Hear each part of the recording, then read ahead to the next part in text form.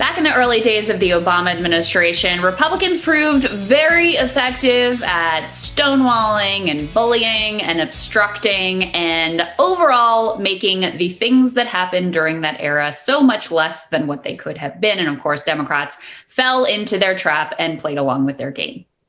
So here to discuss is Ryan Grimm. He's DC bureau chief of The Intercept. Ryan, you recently saw this tweet that you flagged, which I thought was really interesting. Let's put it up there on the screen, just about how Republicans thinking they can run the same playbook as 2009, but Democrats are not going to get wrecked like they did last time. What gives you the confidence in that?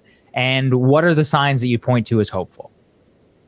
Well, weirdly, Chuck Schumer is the sign that is making Democrats feel pretty hopeful at this point. And I think there are two things going on here. One is that he miraculously, thanks to Georgia, became Senate Majority Leader. He's wanted to be Senate Majority Leader his entire political career. Now he has it. He wants to remain as Senate Majority Leader. But also, he doesn't want to have to face a primary challenge from AOC in 2022. And that's dangling out there. I think people close to him and observers of New York politics think that given his support upstate, he'd probably do fine if there was a primary level, but it would be embarrassing. It would cost him a ton of money. It would be a huge distraction from what he has wanted to do, which is run the Senate his entire life. Now, it just so happens that Chuck Schumer and most of the other Democrats in the Senate and Democrats in the House were around in 2009 and 10, and they saw Susan Collins play this precise same game back then that she played now. When Obama's economists told him they needed $1 trillion+ stimulus to plug the hole made by the financial crisis, Rahm Emanuel profanely told them, forget about it. That's just not happening. And he ballparked, maybe you can get $700 billion. And so they used politics to decide what kind of economic and fiscal response was needed for the crisis. And the politics were organized around the idea that you needed 60 votes. And for that, you needed somebody like Susan Collins, Olympia Snowe, Arlen Specter, along with the stimulus. So then they sat down and negotiated with these folks, and they whittled down the stimulus. Susan Collins just arbitrarily demanded that no money go to education because there was an entire project where they were going to upgrade every school in the country. Sure would be nice if every school in the country right now were upgraded in terms of its ventilation and otherwise. That would have come in handy. But she didn't want it, so they took it out. They actually moved a lot of that money into community health centers at the request of Bernie Sanders, weirdly.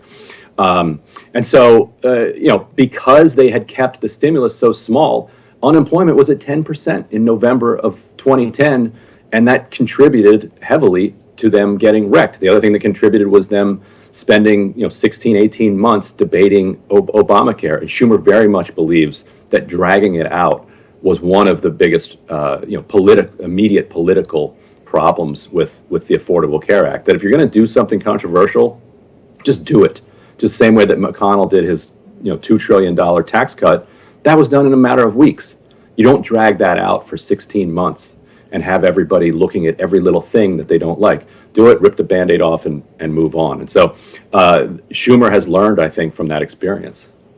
Yeah, I mean, the irony of the fact you said that they designed the relief package, the stimulus package, around the politics of it rather than what people actually needed. But they ended up getting the politics dramatically wrong and paid a massive political price, certainly in 2010, but on down the road as well, not to mention, the much more significant and important price that Americans paid from having a prolonged and inadequate recovery ultimately. So if Schumer seems to have learned the lesson, or at least is being forced to learn the lesson by this nascent threat to his left, what about Joe Biden? Because he's spent 4 decades in Washington seeing himself as like the bipartisan guy. I'm the one who can reach across the aisle. This is how he saw himself in the Obama years, even though he wasn't particularly good at it. These people are my friends. I know them. I think we can work together. I think it's what the country needs. Like, that seems to be more of his ideological commitment throughout his career than almost anything else.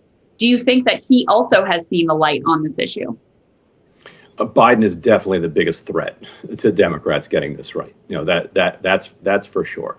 And you kind of saw a micro version of this unfold when McConnell insisted on a delay in the impeachment trial Schumer came back and said, no, we're not doing a delay. We're gonna do this quickly. We're do it in the morning. Do it mornings. We're gonna get it done with. And then Biden comes out and says, well, actually, Mitch's idea is fine. Let's delay it. And so they delay it. Now, it's not the most consequential thing when exactly they hold this when they hold this trial. But if McConnell can keep back channeling to Biden and getting Biden to publicly cave and agree with McConnell, that is the biggest risk for somebody like Schumer, because you're right. It is Biden's inclination to sit down with Susan Collins and these other Republicans and hear them out and try to find some middle ground. The best case against that is that you have people like Jared Bernstein, a friend of this show, as I believe, who came out very quickly after that meeting and said, look, we're happy to meet with anybody, but our commitment to our original proposal remains, because what we need is the stimulus that we have proposed. And so as long as he continues to be surrounded by people that are like, look, Mr. President, I know you like Susan Collins, but this is going to destroy everybody, and we're going to publicly push back on it. You can keep talking to her, but you have to know that this isn't going anywhere. Then I think, but there's a lot of risk there. And so that's my question, Ryan. You know the ins and outs of Congress as well. Can you give us a breakdown? Because I'm looking here at the timeline on reconciliation. I find it very difficult to believe they're going to be able to do it by the time the March deadline on unemployment passes. It will be very tough, because it's a multi-stage process. You have to first pass what are known as, you have to pass a budget resolution, which includes reconciliation instructions. And that's where you set the boundaries of how big of a stimulus you can do. So let's say they set it at 1.9 trillion. Then the committees are then instructed to come up with legislation that then matches with what this original budget resolution laid out. So now you've got a vote. Then you have to go to the committees. You have to have hearings. You have to mark that up.